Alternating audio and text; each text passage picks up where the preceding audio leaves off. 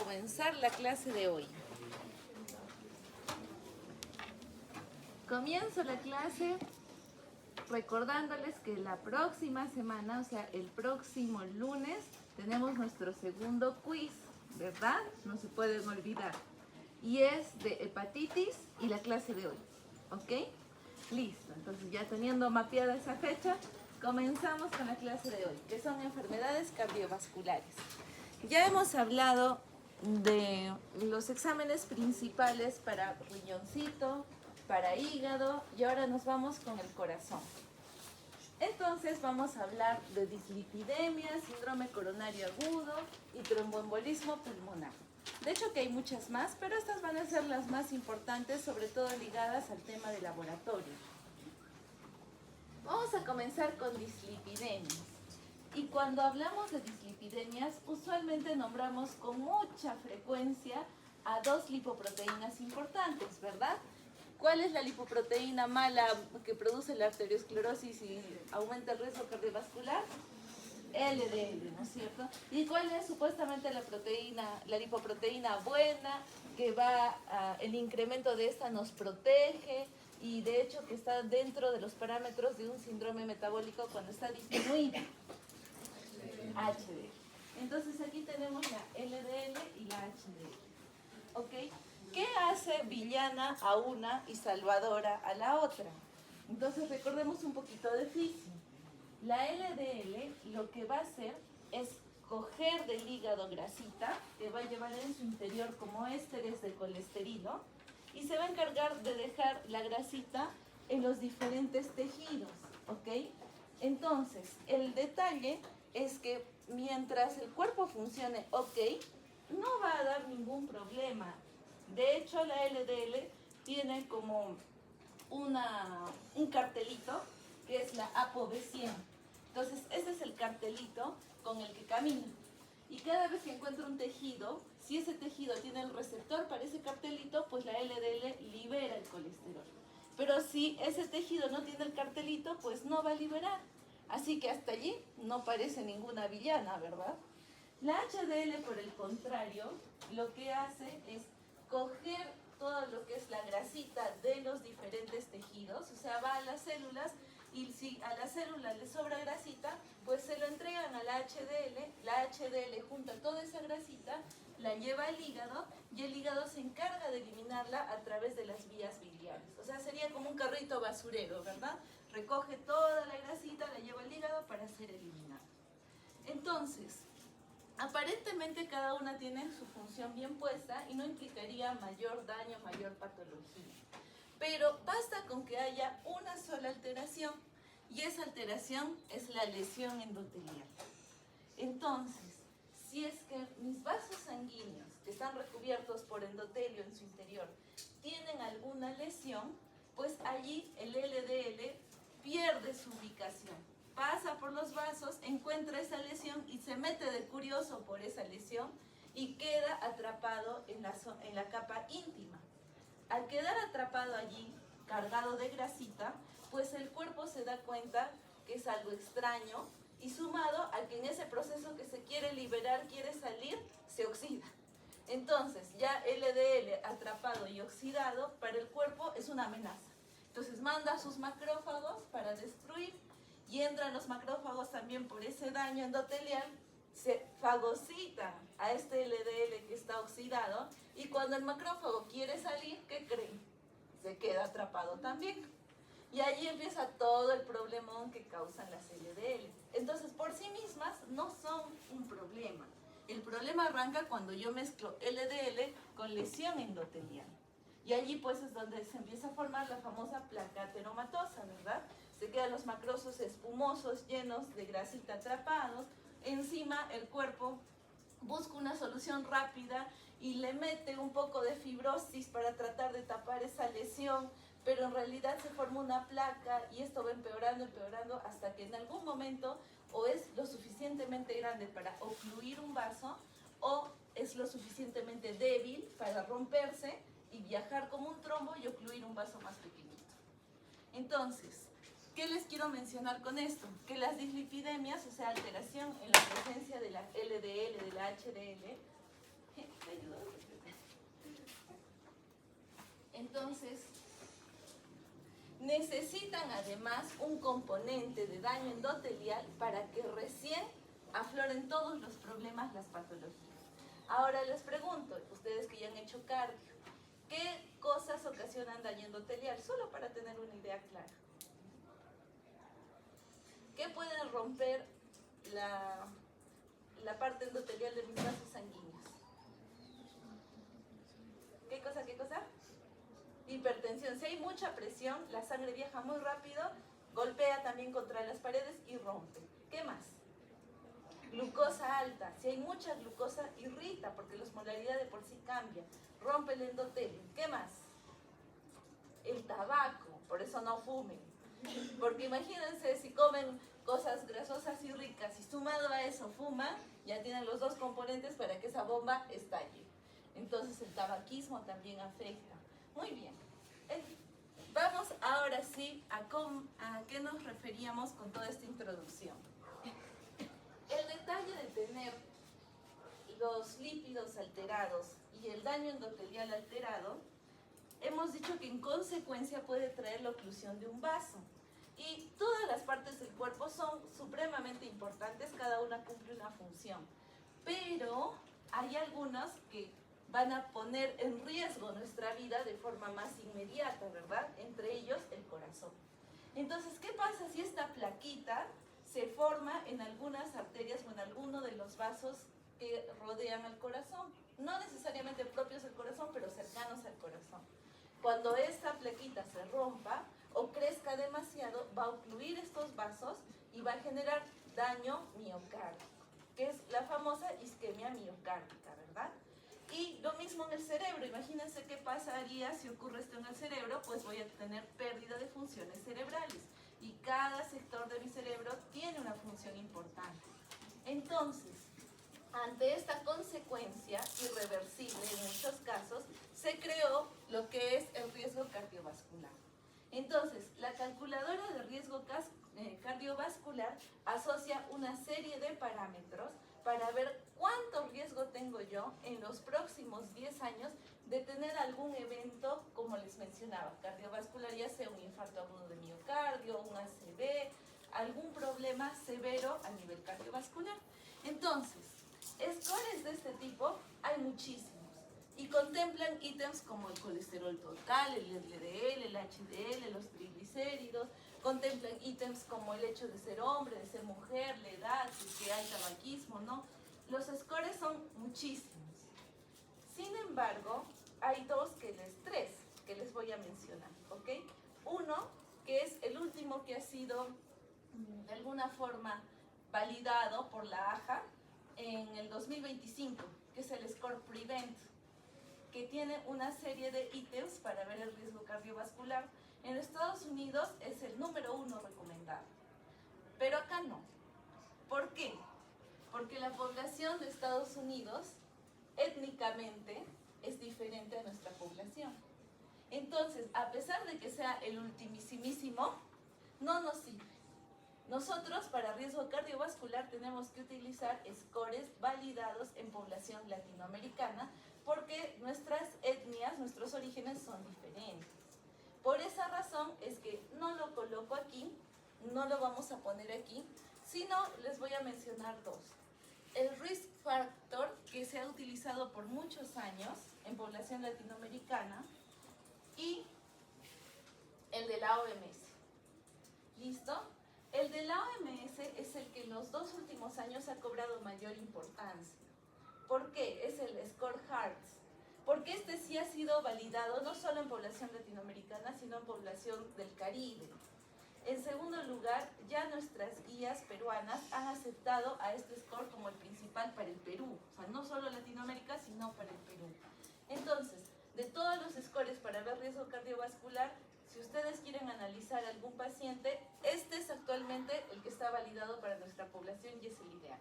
Si ustedes se van a Estados Unidos y van a trabajar allá, pues allí usarán más bien el que les mencionaba, el Prevent.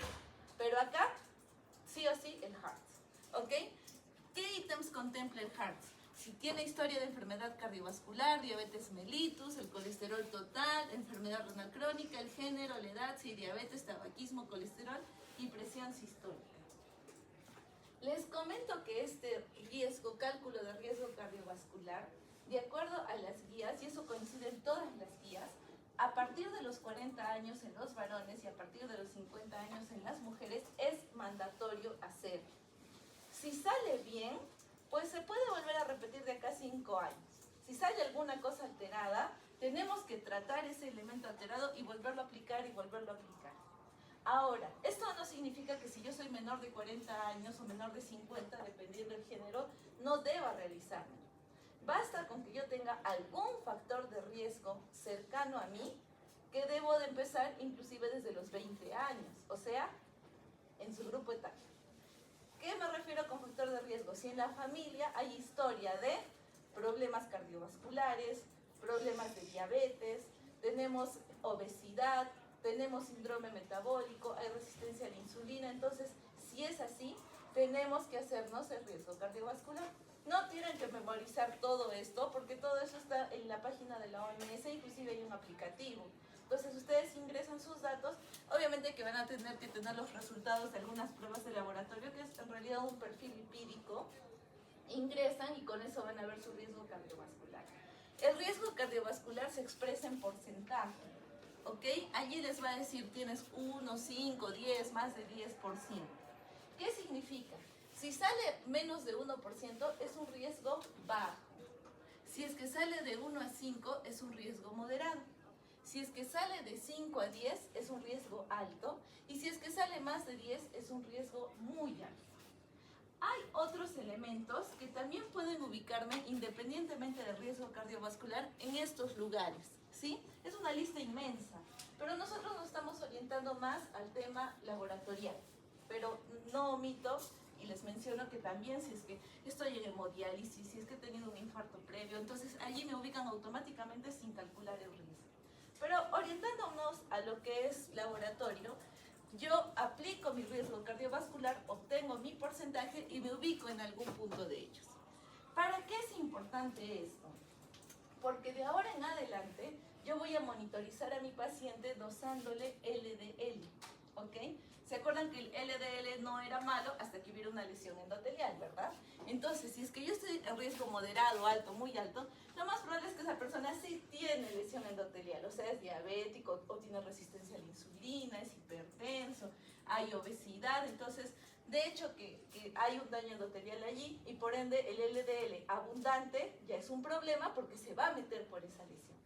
Entonces, el objetivo, ¿cuál va a ser? Reducir el LDL a valores normales, ¿verdad?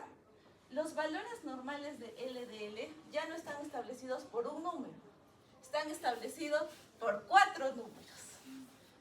¿Cómo así? Si es que yo tengo riesgo cardiovascular bajo, por ejemplo, ustedes, asumamos, ustedes son jóvenes, se alimentan bien, no hay vicios, hacen ejercicio, entonces estamos en un riesgo bajo. ¿Cuánto es el objetivo para que tengan ustedes de LDL? Menos de 116, ¿ok? Si tienen menos de 116 de LDL, maravilloso. ¿Qué pasa si es que aumentamos un poquito el porcentaje? Si por allí alguien dice, no, es que he fumado un poquito, ¿no? Entonces ya cambia un poco esto y pasamos de 1 a 5%. Entonces allí el objetivo de esa persona ya no es menos de 116, es menos de 100. ¿Se dan cuenta? Una persona que tiene un riesgo moderado va a ser menos de 70 el objetivo y una persona con riesgo severo, muy alto, aquellos que ya han tenido infartos, que ya han tenido un ACV, que están en hemodiálisis, el objetivo va a ser menos de 55 de LDL. Más de 55 en este caso se consideraría anormal, patológico. Entonces, estos son nuestros nuevos puntos de corte de referencia. Sí es necesario que lo sepan, porque en base a eso ustedes van a trabajar la terapéutica de ese paciente. ¿Y qué le damos de tratamiento?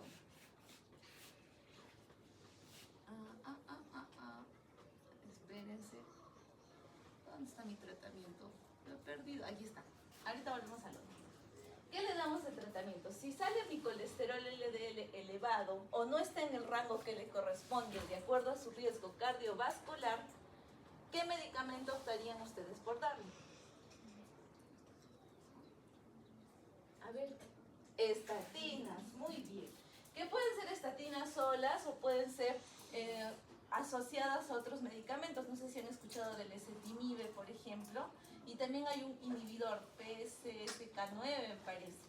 Entonces, sola o asociada, la estatina igual es el corazón del tratamiento. Y la estatina va a ayudar a reducir en un 50-60% por sí misma, que la verdad es bastante eficiente. Y si lo asociamos a cambios en el estilo de vida, que en realidad es lo más difícil que logre mi paciente, pues mejoraría absolutamente. Sin embargo, no quita que la estatina es un fármaco. Y como todo fármaco, si ustedes recuerdan, hay efectos adversos. Todos los medicamentos tienen efectos adversos. Algunos en mayor porcentaje que otros, pero igual los hay. Entonces, ¿qué efectos adversos tiene el uso de estatinas? Solitas, sin asociar a nada. Mialgias, o sea, alteración en lo que es músculo, que puede llevar hasta una rhabdomiolisis. Y en segundo lugar, podría ser hepatotóxico. Entonces, ¿cómo hacemos ante estas posibilidades, ¿no? Porque la LDL, bajarla es más importante que los mismos efectos adversos de las estatinas. Lo que se recomienda es que si yo voy a arrancar el tratamiento, primero voy a solicitar, si quiero ver cómo está la función de mi hígado, ¿qué exámenes pido? Ya el perfil hepático que tiene TGO, TGP, fosfatasa alcalina, GGTP, listo, ya al menos esas 4. Pero de esas 4, ¿cuál es más específica del hígado? TGP, ¿no es cierto? TGP. Entonces, lo que ellos indican es, si tuvieras que escoger, si puedes pedir el perfil completo, maravilloso, pero si tuvieras que escoger una y sobre todo hacerle seguimiento a una, escogen la TGP, que es la ALT. Entonces, pedir una ALT basal y sumado a ello, pedir un CPK, que es la creatinina fosfoquinasa, que la produce el músculo. Entonces, en teoría, ese paciente probablemente podría estar bien, podría tener los valores normales, arrancamos el tratamiento. ¿Dentro de cuánto controlo las transaminasas y la creatinfosfoquinasa? La guía nos dice que no es necesario controlar. No es necesario controlar. En eso coincide tanto la AJA como las guías europeas, la ESC.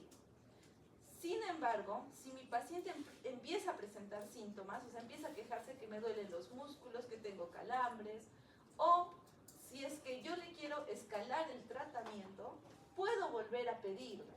En el caso de la ALT, si quiero aumentarle la dosis, vuelvo a pedir ALT para ver cómo ha estado trabajando su hígado. En el caso del CPK, lo pido si es que empieza a tener calambres y molestias. Y de acuerdo a eso, yo voy a ver si es que cambio o no. ¿Listo? Entonces, de acuerdo a cuánto aumente, a cuánto empeore las enzimas, se puede frenar el tratamiento. Eso ya está establecido en la guía con valores específicos, pero si algo tengo que llamar la atención en esto es que no siempre se suspende.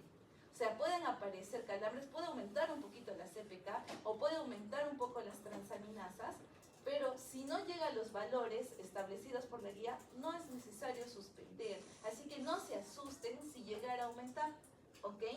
¿Por qué? Porque está demostrado genuinamente que es más valioso salvarnos del riesgo cardiovascular que aumenten un poco las transaminasas o un poco el CPK. Ok, regresemos entonces. Vamos a hablar, de todos modos, cuando hablábamos de lesión endotelial, mencionamos al síndrome metabólico, y como estamos hablando de dislipidemias y forma parte de la valoración del riesgo cardiovascular, recordar cuáles eran los parámetros de síndrome metabólico, que de hecho los mencionamos también cuando hablamos del MAS, ¿verdad? Del hígado, de la estenosis hepática de origen metabólico. Pero nuevamente mencionarles, porque ya ven que está presente en muchas patologías, el perímetro abdominal, más de 94 y más de 88, los triglicéridos elevados, el HDL disminuido, la presión arterial elevada y la glucosa también elevada, en rangos inclusive de prediabetes, ni siquiera diabetes. Muy bien, otras dislipidemias. Ya les he hablado de la más común, la más relevante, la que ustedes van a tener que monitorizar en casi todos sus pacientes. Pero también hay dislipidemias genéticas que son más raras, pero de todos modos implican problemas. Tenemos a la hipercolesterolemia familiar y a la hipertrigliceridemia familiar. En números, más o menos estamos hablando que es 1 en 500, que en realidad no es tan raro. Yo sí me he cruzado con un par de hipercolesterolemias familiares y con una hipertrigliceridemia familiar. Y les cuento que los pacientes ni enterados estaban. ¿Y cómo nos dimos cuenta? Cuando donaron sangre. Porque donaron sangre, centrifugamos su sangrecita y era un plasma yogur. Fatal, o con yogur de durazno todavía. Entonces lo llamamos al paciente, bueno, al señor, para consultar qué había consumido, ¿no? O que si tenía algún problema, alguna patología, lo volvimos a citar. Sobre todo porque cuando veamos banco de sangre van a ver que cada paquete es valiosísimo. Entonces no podemos decir, este está feo, se bota. No, hay que ver si no está tan mal, lo rescatamos. Entonces lo buscamos y se hizo un perfil lipídico y le salían pues elevadísimos, sobre todo el de triglicéridos, le salía más de 1000. Felizmente nunca había tenido pancreatitis, que es el riesgo. Cuando tienen más de 1000, el riesgo es altísimo de pancreatitis. Pero era joven, era un adulto joven, o sea, el resto de su vida tenía para hacer pancreatitis. Y él supuestamente se alimentaba bien, hacía deportes, trabajaba en la mina y ahí le hacían seguimiento y nunca se habían dado cuenta. ¿Qué habría pasado, la verdad? Pero cuando fuimos a ver los donantes, sus familiares, porque normalmente si la abuelita está hospitalizada van los primos, van los hermanos, va familia, lo mismo pasó. 2 primos más con lo mismo, plasma yogur. Entonces, allí ya tenemos un tema genético, no solamente es algo particular de él, ya hay algo allí interesante. Y así, ¿no? Muchos, ¿cómo se dan cuenta de este problema de fondo? Cuando ya debutan con problemas coronarios, pero jóvenes. Cuando hay hipercolesterolemia familiar, ellos manejan LDLs más de 200, 220. ¿Se acuerdan hace un rato cuando les mencioné personas de muy bajo, bueno, de bajo riesgo cardiovascular? ¿Cuánto era lo que debían de tener? ¿Más de cuánto? No, menos de cuánto. 116, ¿no es cierto? Ya. O sea, una persona joven, sana, menos de 116. Y ellos tienen más de 220. O sea, imagínense la distancia abismal que hay de LDL. Y ellos, justo por el problema genético, más bien estarían en alto riesgo. Entonces deberían de tener menos de 75. Y ellos están en 220. Entonces, si hay estas enfermedades, como les digo, no es pan de cada día como una arteriosclerosis, que el que menos la tiene, pero sí están presentes y por eso es necesario mencionarlos. ¿Y por qué se da la hipercolesterolemia familiar? ¿Se acuerdan que les mencioné que el LDL carga con su cartelito que decía ApoB100? Y cuando encontraba un tejido, el tejido veía ese cartelito y le abría el receptor para que deje la grasita. Ya, los que tienen esta enfermedad no tienen ese receptor. Entonces el LDL camina con su ApoB100 y ningún tejido le abre la puerta para que deje la grasita. Entonces, ¿qué pasa? Estos LDL se quedan circulando, circulando, circulando. Y para mala suerte, un daño endotelial de lo que sea, que le empezó a comer más frituras, más dulcecitos, o tal vez empezó a fumar, o tal vez una cosita, lesión endotelial, teniendo tanto LDL circulante, se mete, problema coronario severo. Hijo. Entonces, ese es el detalle con la hipercolesterolemia familiar. En el caso de la hipertrigliceridemia familiar, no es un receptor, sino que las VLDL se sintetizan más. Y las VLDL son grandotas y van cargadas de triglicéridos. Entonces, hay tanto triglicérido circulante, una hipertrigliceridemia familiar maneja más o menos más de 200 VLDL como basal. Pero la que les menciono tenía más de 1000, o sea, estaba descompensada. Y miren, cuando el triglicérido es más de 1000, una pancreatitis se avecina de todas maneras. Y bueno, las dislipidemias secundarias. ¿Cuándo también se van a alterar las lipoproteínas? Por otras patologías. ¿Qué otras patologías? Pues, por ejemplo, el caso de la diabetes mellitus, ¿no? En el caso de la diabetes mellitus, acuérdense que no hay la insulina y por ende la glucosa no puede entrar a la célula, y si no entra va a estar en el exterior y además la célula va a tratar de echarle mano a las grasas porque aparentemente para la célula no hay energía y como va a echar mano a las grasas se van a descomponer y van a estar rondando por toda la sangrecita. Y eso va a dar pie al aumento de triglicéridos y a la disminución del HDL. En el caso del hipotiroidismo es por el tema endocrinológico. Como no hay hormona tiroidea, no hay síntesis de esos receptores de ApoB100 y por eso los LDL siguen circulando. En el caso del síndrome nefrótico, ¿qué perdemos por la orina en el síndrome nefrótico? Proteínas y en altas cantidades.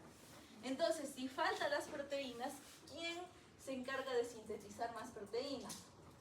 El hígado. Entonces, el hígado ve que están faltando proteínas, entonces trata de compensar sintetizando más proteínas de todo, porque no sabe qué falta, por dónde se fue. Y dentro de ese exceso de síntesis está el aumento de las lipoproteínas. En el caso de la enfermedad hepática, lo mismo que les mencionaba, pero al revés. Si el hígado falla, ¿el hígado qué deja de sintetizar? Proteínas, y por eso dentro de la falta de proteínas está la disminución de la LDL. En el caso del alcohol, la culpable es la NADH. ¿Se acuerdan cuando hablamos de hepatitis alcohólica? Entonces, el NADH va a ser el responsable del incremento de los triglicéridos y del HDL. Y ustedes dirán, qué bueno, aumenta el HDL, ¿no es cierto? Protección. No. No, porque los últimos estudios han demostrado que si bien es cierto, el HDL bajo aumenta el riesgo cardiovascular, el HDL alto no protege de problemas cardiovasculares. Entonces tampoco tiene allí ninguna solución el tema del alcohol. Bueno, las tiazidas lo mismo. Al ser un diurético, este diurético va a fomentar la pérdida de las lipoproteínas y en el caso de los inhibidores de la proteasa, más bien lo que produce es la estimulación de la formación de más triglicéridos. Muy bien, ahora sí vámonos con el segundo tema, que es síndrome coronario agudo. Entonces, miren, el síndrome coronario es una afección aguda, de un momento a otro, ¿sí? Estoy bien y ahora estoy muy mal. ¿Y esto por qué va a ser? Porque se obstruyó una vía circulatoria, ¿no es cierto? Se rompe esa placa ateromatosa y de pronto se obstruye, hay isquemia y necrosis en el tejido. En este caso nos estamos centrando en el corazón. Entonces, si el corazón tiene esta isquemia, va a presentar tres posibilidades. Un infarto agudo de miocardio con ST elevado, sin ST elevado, y esto es importante, ahorita lo vamos a ver, y una angina inestable. Muy bien, en el caso del ST elevado y el ST no elevado, vamos a dilucidar gracias al EKG en un momentito. La angina inestable no es en sí mismo una lesión miocárdica aguda, sino que va a ser la obstrucción parcial que va a generar pues esa disnea que va a durar más de 20 minutos, que va a ir empeorando con el tiempo, no es de un momento a otro en realidad. ¿Listo? Muy bien, entonces, ¿qué es lo que nos dice la guía, sobre todo de la SCA? Que me gusta mucho porque toca el tema de las troponinas con detalle. Miren, esta guía me dice, si yo tengo un paciente que se presenta a la emergencia por las características clásicas, ¿no? Dolor retroesternal, opresivo, no se ubica el punto, irradia al brazo izquierdo o a la mandíbula, y viene asociado tal vez con pérdida de conciencia o algo más, y yo sospecho que es un problema coronario, el primer paso, ¿cuál es? Sí o sí, tomar EKG. ¿Listo? Por eso ustedes han hecho su BLS, su ACLS, porque es algo que se tiene que actuar de manera inmediata, ¿verdad? No podemos perder tiempo. En los primeros 10 minutos el EKG salva muchas vidas. Ni bien tomo el EKG, me fijo. Si es ST elevado, es un infarto que está confirmado y hay que comenzar todo lo que requiere de tratamiento del infarto. ¿Qué medicamentos o qué acciones tenían que abordar? ¿Se acuerdan? El bebemona, que la morfina, que el oxígeno, que la nitroglicerina, ¿verdad? Listo, la aspirina para evitar la agregación plaquetaria. Listo, muy bien. Y ahora, si es que es ST no elevado, nos queda la duda, ¿será infarto o no será infarto? Entonces, en ese caso, recién entra a tallar el laboratorio. Y en ese caso lo que voy a pedir van a ser troponinas de alta sensibilidad. Hay troponinas normales y hay troponinas de alta sensibilidad. ¿Cuál es la diferencia? Número uno, la rapidez. Las de alta sensibilidad vienen en cartuchos. Entonces tú pones la gotita de la sangrecita, metes a la máquina y en menos de un minuto te sale el resultado. Que está bien porque nosotros estamos contra el tiempo. En cambio las troponinas normales, hasta que centrifugues tu tubo ya son 10 minutos. Hasta que te lea la máquina y te dé el resultado serán 15 minutos más. O sea, ya vamos casi 25 minutos perdidos en lo que esperamos un diagnóstico. Hay las dos. En los hospitales yo he visto que hay más la normal. En las clínicas he visto que usan más la de alta sensibilidad. Pero hay las dos. Entonces, independientemente de la que sea, lo que tenemos que hacer es tomamos las troponinas. Aquí está, a ver, está desordenado mis diapositivas, aquí está. Tomamos las troponinas y nos vamos a fijar en el resultado de esta manera, miren. Si es que las troponinas están por encima del percentil 99 o por debajo del percentil 99, entonces consideraríamos que es un infarto agudo de miocardio y hay que actuar. Y ustedes me dirán, pero ¿cuál es el percentil 99, verdad? No me estás diciendo un valor, ¿cómo me voy a fijar? Es que este dato que lo da la guía, porque es un dato estándar, por eso lo menciono, depende de cada laboratorio. O sea, cada laboratorio, cada ciudad, cada hospital debería de establecer su percentil, debería decir, lo normal de las troponinas para esta población es tanto. Entonces, el punto del percentil 99, el corte sería tanto. Pero no lo hacen en todas partes. De hecho, no he visto, por lo menos aquí en Arequipa, que establezcan un percentil de corte. Por eso es que nosotros usamos otro punto. Si no podemos usar el de la guía, utilizamos el del porcentaje, que ese está más fácil de entender. Miren, yo le tomo la muestra a mi paciente de las troponinas.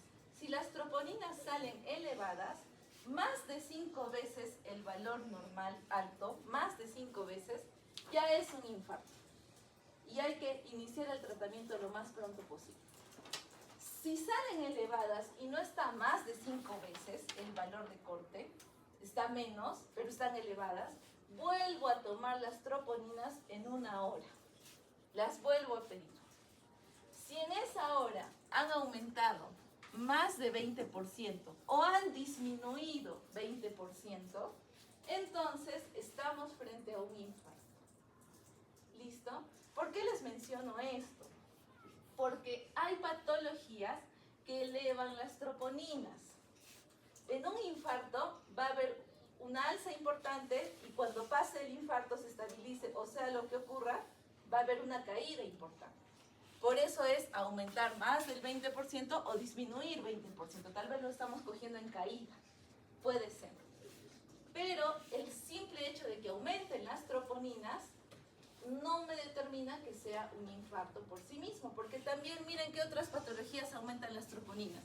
Enfermedad renal crónica, miocardiopatías agudas, miocardiopatías por estrés, lo de Takotsubo, ¿se acuerdan? TEP, sepsis, fibrilación auricular, todas estas aumentan troponinas, pero no en este sube y baja, no en este vaivén. Entonces, vamos a hacer un ejercicio con números para que ya quede del todo cerrado.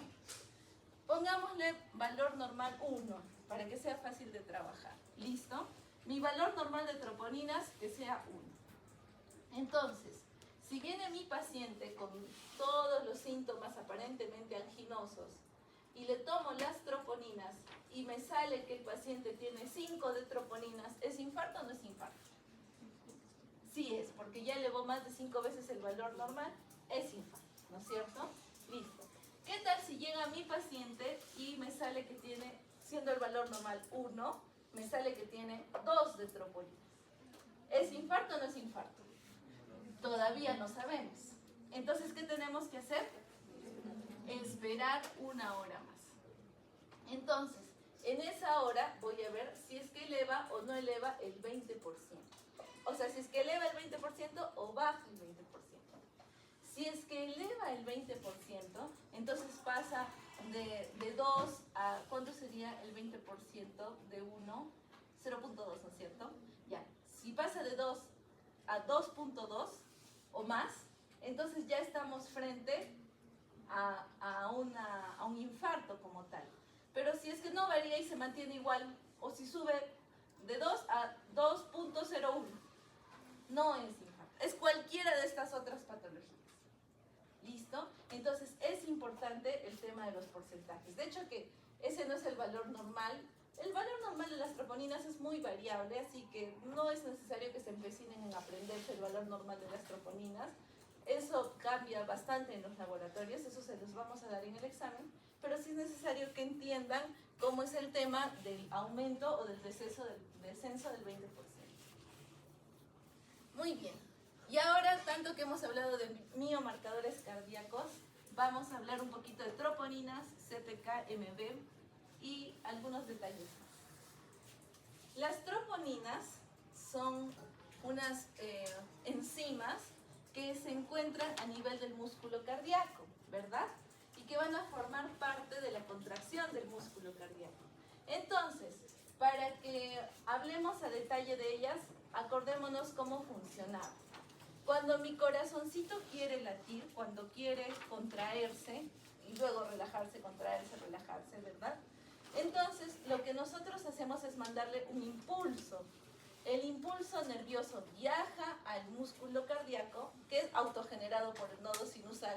Entonces, el nodo sinusal dice, hay que contraerse, manda la orden a través de un ion. ¿Qué ion es el que lleva la orden de contracción? El sodio.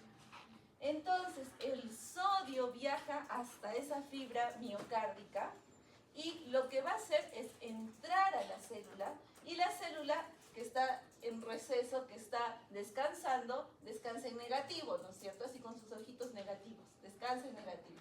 Entra el sodio, que es positivo, ¿y qué creen que hace? La positiviza, ¿no es cierto? Entonces lo que tiene los ojos negativos se ponen en positivo. Entonces pasa de menos 90 a más 10, la positiviza. Entonces, mi célula ya está activa. ¿A quién le pasamos ahora la posta? Al calcio. Entonces, como ya hubo ese cambio, pasó de negativo a positivo, eso se llama despolarización. Entonces, al despolarizarse, le pasamos la posta al calcio. El calcio también es positivo, se siente en su ambiente positivo y va a cumplir su función. ¿Cuál es su función? Romper cadenas. Entonces, ¿cómo va a romper cadenas el calcio? Va a ir y va a unirse con la troponina. La troponina es el candadito y la cadena es la tropomiosina. ¿Y a quién están encadenando estos? A las fibras de actina y de miosina. Entonces, viene el calcio, libera la troponina, el candado, por ende libera las cadenas de tropomiosina y así la actina con la miosina se contrae. Y así se da la contracción muscular cardíaca, ¿verdad? Entonces, cuando hay daño miocárdico, estas fibras se rompen. ¿Y qué es lo que sale al exterior por la rotura, por el daño, por la isquemia? Ese candadito que aseguraba la contracción, o sea, la troponina. Por eso es que les mencionaba hace un rato que si hay isquemia, daño miocárdico, lo que se va a elevar son las troponinas, que no son altísimamente específicas del músculo. Hemos visto que en otras condiciones pueden elevarse, pero sí son significativas para poder dar un diagnóstico si vemos cómo es el cambio en cantidades. Muy bien, entonces, segundo punto importante, el CKMB. ¿Han escuchado alguna vez del CKMB? ¿Sí? Cuando hay supuestamente infartos, en los hospitales piden las dos, las troponinas y el CKMB. Pero acá hay un error importante. El CKMB tiene un tiempo de vida más corto que las troponinas. O sea, cuando yo tengo un infarto y salen las troponinas se elevan, luego caen y van a tener una caída sostenida por un tiempo considerable. En cambio, el CKMB dura horas, solo horitas. Entonces, si yo tengo un infarto, también el CKMB se va a elevar, y si no tengo más infarto, el CKMB tras unas horas va a caer. Y se acabó, punto. El CKMB me va a servir para reinfartos, no me va a servir para diagnóstico de infarto. Entonces, Si yo considero que mi paciente puede tener un infarto, has visto, las guías te dicen, primero fíjate en el EKG, si te dice que está elevado el ST, pues no, es infarto y punto final. Si te dice que no hay un desnivel, entonces a eso el punto pedimos troponinas y ya está. En ningún momento menciona CKMB. ¿Para qué me serviría entonces? Solo para reinfarto. O sea, una persona que tiene muy mala suerte. Entra, atienden el infarto, tal vez lo estabilizan, tal vez lo hospitalizan, tal vez se va a UCI, y en ese proceso se vuelve a reinfartar. Si yo vuelvo a tomarle troponinas, va a seguir elevadas, pero tu duda va a ser, ¿están elevadas del primer infarto o de este nuevo infarto? Entonces, para esclarecer esas dudas, usamos el CKMB, porque como ese dura poco, ya se supone que cayó, y si lo vemos otra vez elevado, es porque nuevamente se está reinfartando. Pero no te sirve para nada más. ¿Listo? Entonces, no cometan ese error. Yo he visto que piden por montones CKMB con troponinas, solo te hace más lento el resultado, porque la troponina que tal vez te podría salir en 20 minutos, que es crucial, pues con el CKMB se va a demorar mucho más. Entonces no pierdan el tiempo en esos detalles. Muy bien. Péptido natriurético. El péptido natriurético va a ser aquel producido en el corazón. ¿Qué es lo que pasa? Cuando mi corazón tiene sobrecarga, hay mucho volumen. ¿Qué patologías podrían producir sobrecarga en el corazón? Ya la hipertensión está bien, la hipertensión, ¿qué más? Insuficiencia cardíaca, ¿no es cierto? Porque las paredes por alguna razón no son lo suficientemente fuertes para eyectar, o hay alguna estenosis, algún elemento que hace que haya residuo de sangre, ¿verdad? Y ese residuo poco a poco va a ir incrementando y eso va a generar que mi corazón se congestione y luego de forma retrógrada.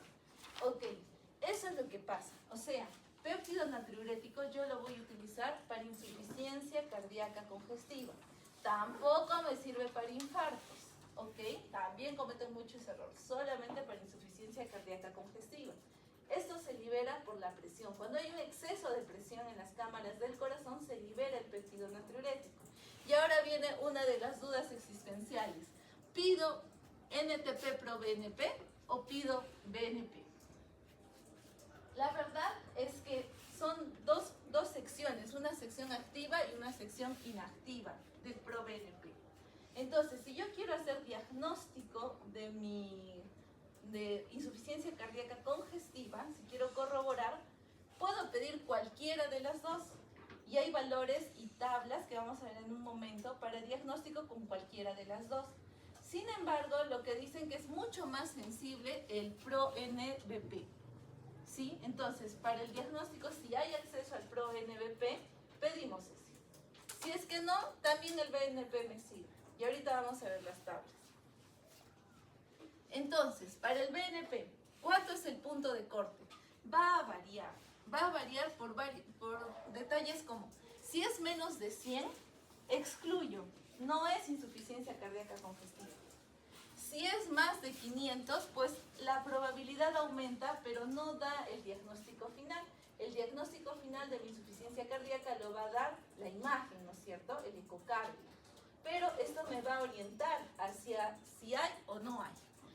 Ahora, varía también de acuerdo a la tasa de filtración glomerular. Si la tasa de filtración es baja, menos de 60, pues aumenta el punto de corte. Y lo mismo en el caso de que mi paciente tenga un índice de masa corporal elevado, el valor de corte cambia a 55. Eso es para la porción BNP, que en realidad es la más baratita y la que tienen todos los hospitales. Si ustedes están considerando que su paciente tiene insuficiencia cardíaca congestiva, en los hospitales mayormente utilizan el BNP.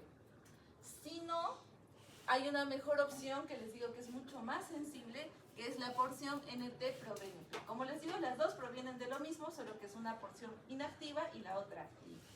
Y acá, de la misma manera, si me sale un valor bajito, aleja la probabilidad de que sea insuficiencia cardíaca congestiva. Si me sale un valor elevado, miren, más de 450, entonces indica que es muy probable la insuficiencia cardíaca congestiva y allí corroboramos o confirmamos con mi ecocardiograma, que eso me va a ayudar de forma importante. Y en consulta externa para seguimiento, también me puede servir para seguimiento de la enfermedad. Allí los puntos de corte pues son más bajitos. Muy bien. Y por último, el tromboembolismo pulmonar. ¿Sí? Miren, en el caso del tromboembolismo pulmonar es el... Vamos con este cuadro me gusta mucho, resumen todo. Esta enfermedad es una enfermedad también de atención crítica, ¿ok? Es una enfermedad de atención inmediata. Entonces, si viene un paciente con sospecha de tromboembolismo pulmonar, lo primero que yo tengo que preguntar y ver es cuán mal está mi paciente. Porque si es un tromboembolismo pulmonar masivo, entonces tiene que ser una atención inmediata. Si es que ya está en shock o en hipotensión, inmediatamente me voy a solicitarle una tomografía para poder ver qué cosa, un angiotem, para poder ver de frente si hay obstrucción y en qué parte está la obstrucción. ¿Qué es lo que me detiene a solicitar un angiotem o no? Viendo cómo está el paciente hemodinámicamente, porque para aplicar un angiotem tengo que aplicar contraste. Entonces, si además está con injuria renal aguda, no voy a poder hacer eso.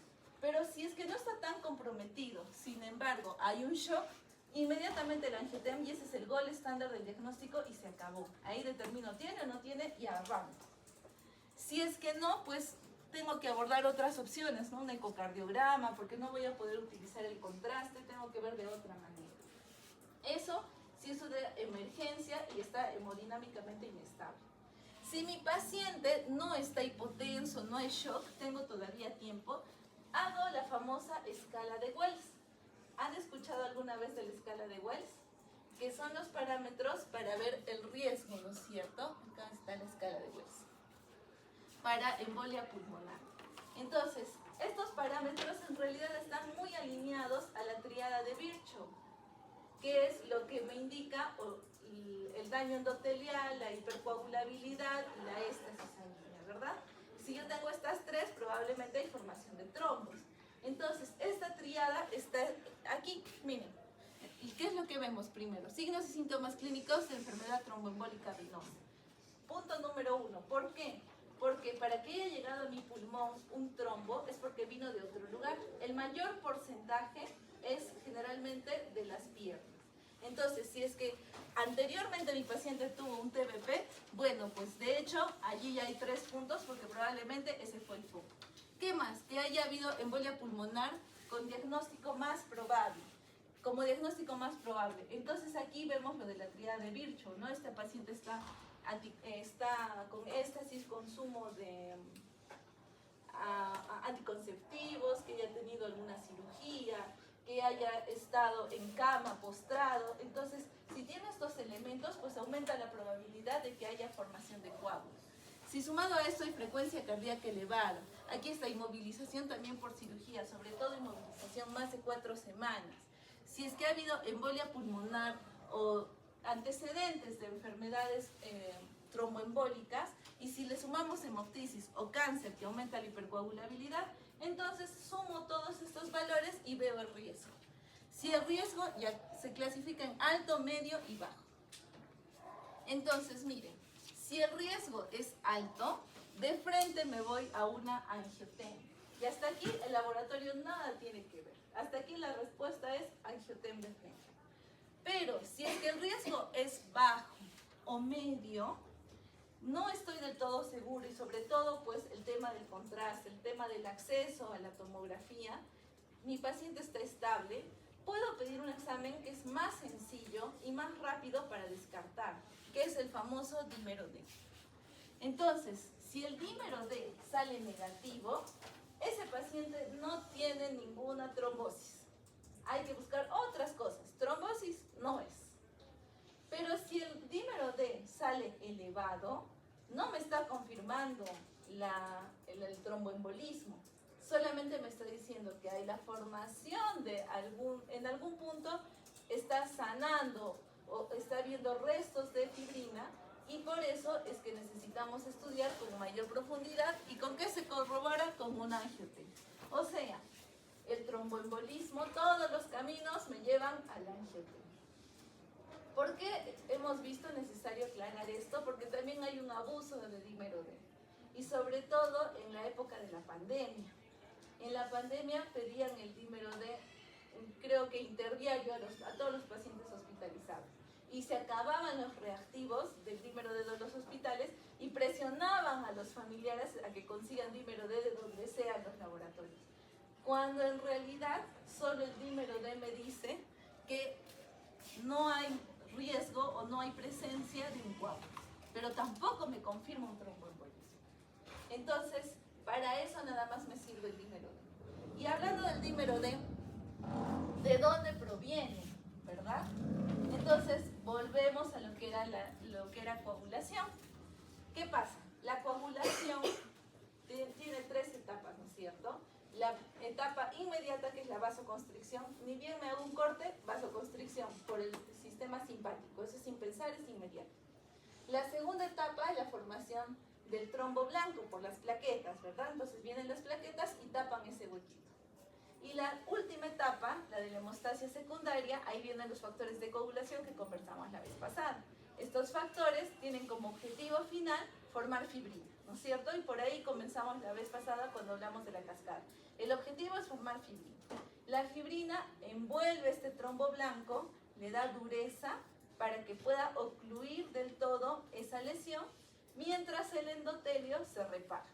Una vez que el endotelio se repara, ¿qué es lo que debería ocurrir? Que se destruya ese trombo. Porque si ese trombo amarillo no se destruye, porque ya cumplió su función, se puede desprender y terminar ocluyendo algún vaso y ahí vamos al riesgo cardiovascular. Entonces, la destrucción de este trombo va a ser gracias al plasminógeno y eso al romperse va a dejar huellitas de dímero D. O sea, el dímero D son los restitos de ese trombo que ya cumplió su función y que ahora pues se diluye. Por esa razón les menciono, si yo busco dímero D es porque en algún punto se ha formado un trombo y se ha destruido. Pero no sabemos dónde. Por eso el dímero D no me sirve para diagnóstico, solamente me sirve para descartar. Si no hay dímero D es porque nunca hubo un trombo y ya está, tromboembolismo no es.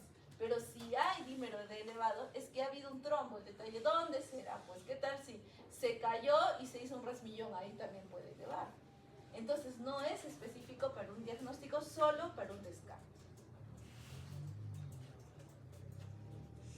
Muy bien, y bueno, otros exámenes que vamos a pedir en el caso de tromboembolismo, si es que yo no encuentro una causa aparente, o sea, yo evalúo a mi paciente y no ha tenido éstasis, no ha estado operado, no ha habido lesión endotelial, no encuentro cáncer, veo las piernas y nunca ha tenido trombosis venosa profunda, no hay ningún riesgo que me señale por qué ha tenido el tromboembolismo, entonces allí apelo a otros estudios, pensando más en estados de hipercoagulabilidad, como cuáles, pues problemas ya más específicos en la proteína C, en la proteína S, o problemas pensando en lupus, ¿no es cierto?